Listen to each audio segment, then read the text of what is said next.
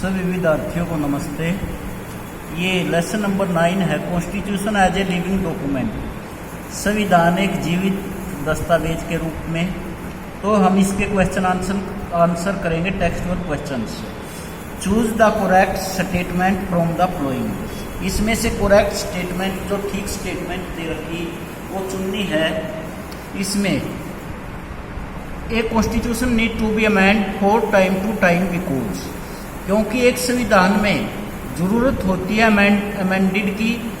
Amended का अर्थ है संशोधन करने की, चेंज करने की। From time to time because, क्योंकि।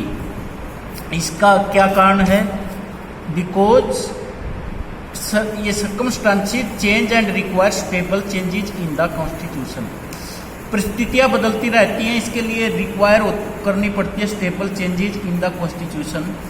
जो स्टेबल बदलाव है कॉन्स्टिट्यूशन के अंदर, वो इसके अंदर लेकर आने पड़ते हैं। तो इसलिए संविधान में संशोधन की जरूरत है। Second question, right true false against the following statements. The president can not send back an amendment bill for reconsideration of the parliament. जो राष्ट्रपति है ये बैक नहीं कर सकता, भेज नहीं सकता एक अमेंडमेंट बिल को फॉर रिकंसिडरेशन। रिकंसिडरेशन का अर्थ दोबारा समझने के लिए ऑफ द पार्लियामेंट, पार्लियामेंट के पास। True. Second, elected representative alone have the power to amend the constitution.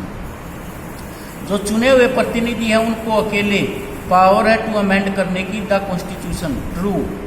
The judiciary can not initiative the process of constitution amendment. न्यायपालिका शुरुआत नहीं कर सकती किसकी? कॉन्स्टिट्यूशनल अमेंडमेंट की, but can effectively change the constitution bye interpreting it differently. True. The parliament can amend any sections of the constitution. ये false है। तो ये कि पार्लियामेंट कैन अमेंड, वो कर सकती है अमेंड, चेंज एनी सेक्शन, किसी भी वर्ग में ऑफ द कॉन्स्टिट्यूशन, संविधान के। अब आगे है, which of the following are involved in the amendment of the Indian constitution. In what way are very involved. वे कौन से तरीके से शामिल हैं? सबसे पहले है voters. Voters are not involved in the amendment of the Indian constitution. ये भारतीय संविधान में शामिल नहीं होते। President of India is involved in the amendment of the Indian constitution. When a constitution amendment bill is passed by the parliament, it is sent to the president। ये किसके पास? जब सबसे पहले संविधान में संशोधन करने का अधिकार किसके पास है? पार्लियामेंट के पास है। The constitutional amendment bill became an act when it is signed by the president। State legislature are involved in the amendment of the Indian constitution। State legislature का अर्थ है जो राज्य विधायिका हैं, वो भी शामिल है इन द अमेंडमेंट, इस चेंज करने में ऑफ द कॉन्स्टिट्यूशन में। If N amendment bill is concerned, अगर एक बिल संबंधित है with the article and the subjects given in the article 368, it must be approved bye 50% of the state legislature. इसके लिए इस आर्टिकल में 368 के अंदर क्या बता रखा? It must be approved. ये अप्रूव्ड होना चाहिए, मान्यता मिलनी चाहिए कितने राज्यों की? 50%, 50 जो आधे राज्य हैं उनकी विधायिकाओं की। पार्लियामेंट क्या? संसद। Without the involvement of parliament no amendment is possible in the Indian constitution.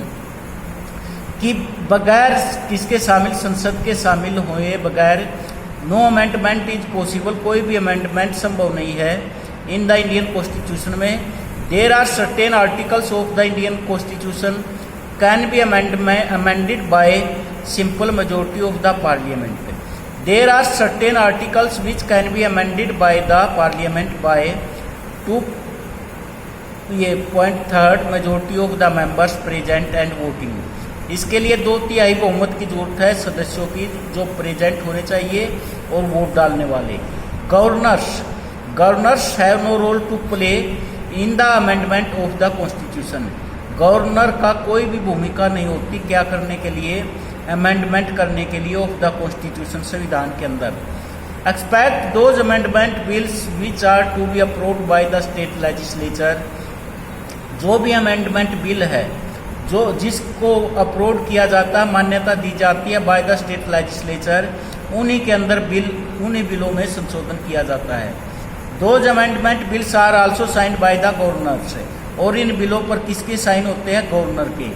Judiciary supreme court specifies the basic structure. If any amendment violates, अगर कोई भी अमेंडमेंट उल्लंघन करता है the basic structure of the constitution, the supreme court can declare that amendment null and void. तो उसको क्या कर सकती है सुप्रीम कोर्ट? उसको अमेंडमेंट को उसको गलत साबित कर सकती है। Question number 4, you have read in the chapter that the 42 amendment was one of the most controversial amendment so far. ये लंबे समय तक बहुत ही विवादपूर्ण अमेंडमेंट रहा। कौन सा? 42वां संशोधन। विच of the flowing were the reasons for this controversy. इसकी कंट्रोवर्सी के क्या कारण थे? नंबर ए है, it was made during national emergency. ये जब बनाया गया तो उस समय देश के अंदर नेशनल इमरजेंसी थी। And the declaration of that emergency was itself controversial. और जो इमरजेंसी थी वो अपने आप में क्या थी? कंट्रोवर्शियल थी, विवादपूर्ण थी। It was made without the support of special majority. इसको बनाया गया बगैर स्पेशल मेजोरिटी के। It was made without rectification by state legislature.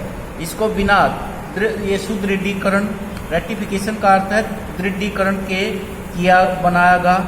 It content provisions which are controversial. तो इसके अंदर दो आते हैं। इट कंटेंट प्रोविजंस, जो इसके प्रावधान थे वो क्या थे? कंट्रोवर्शियल। कंट्रोवर्शियल का अर्थ है विवादपूर्ण। Question number 5, which of the following is not a reasonable explanation of the conflict between the legislature and the judiciary और डिफरेंट अमेंडमेंट्स। कौन से जो रीजनेबल एक्सप्लेनेशन है of the conflict between the legislature and the judiciary और different amendments. तो इसमें दे रखा है डिफरेंट इंटरप्रिटेशन। डिफरेंट इंटरप्रिटेशन का अर्थ है व्याख्याएं of the constitution are possible, जिसके कारण संविधान संभव है। In a democracy debates and difference are natural, कि लोकतंत्र में डिबेट्स और अंतर बहस इनमें ये नेचुरल होती हैं। Constitutional has given higher importance to certain rules. Constitutional क्या प्रदान करता है? महत्व प्रदान करता है, सर्टेन रूल्स देता है एंड प्रिंसिपल देता है, and also allowed for amendment by special majority. इसमें स्पेशल मेजोरिटी प्रदान की गई है। तो जुडिशरी इसके अंदर है डी, legislature can not be interested to protect the rights of the citizens. तो इसके अंदर डी है इसका आंसर। तो डी इसका आंसर है।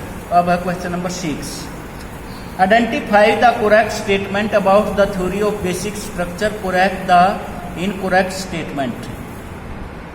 तो constitution specifies the basic tenets. क्या करता है? कॉन्स्टिट्यूशन स्पेसिफाई करता मुख्य जो टेनेंट्स है। Constitution has not specified the basic tenants. इसमें बी के अंदर है जो है legislature can amend all parts of the constitution. Legislature क्या करता है? अमेंड करता है इसमें ऑल पार्ट्स में of the constitution expect the basic structure. किसके अतिरिक्त? बेसिक स्ट्रक्चर के अतिरिक्त। कि भाई लेजिस्लेचर अमेंड करता है all parts of the constitution, लेकिन इसका बेसिक स्ट्रक्चर है जो संविधान का, उसमें संशोधन नहीं किया जा सकता। बेसिक स्ट्रक्चर क्या है? भारत एक लोकतांत्रिक देश है, लोकतंत्र के अंदर कोई भी परिवर्तन नहीं किया जा सकता। जैसे भारत में संसदीय शासन प्रणाली है, इसमें कोई अमेंडमेंट नहीं किया जा सकता।